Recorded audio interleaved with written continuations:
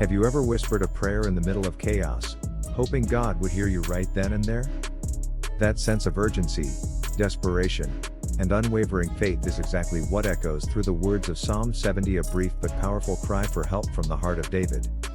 In just 5 verses, this psalm captures what many of us feel in our darkest hours: the need for immediate rescue, the desire for justice, and the hope that God has not forgotten us.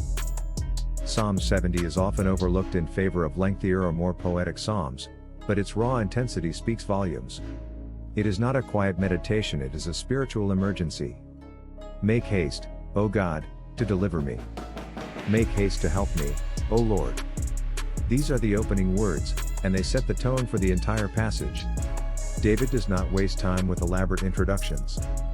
His soul is on fire, and his faith turns that fire into a direct plea to the Almighty. Theologically, Psalm 70 is a fascinating study of human vulnerability and divine reliability. David, a man after God's own heart, does not pretend to be strong in this moment. He lays bare his fear and asks for God's intervention, not tomorrow, not in a week, but now. It's a psalm that encourages us to bring our real selves before God, especially when life becomes overwhelming. The beauty of this psalm is in its structure.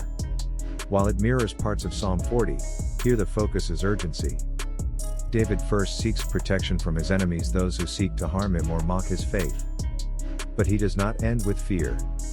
He shifts the tone midway through, turning his focus to others who seek God. Let those who love your salvation say continually, "Let God be magnified." Even in distress, David makes room for worship. It's easy to forget that Psalm 70 is not just a personal cry. It is also a communal call.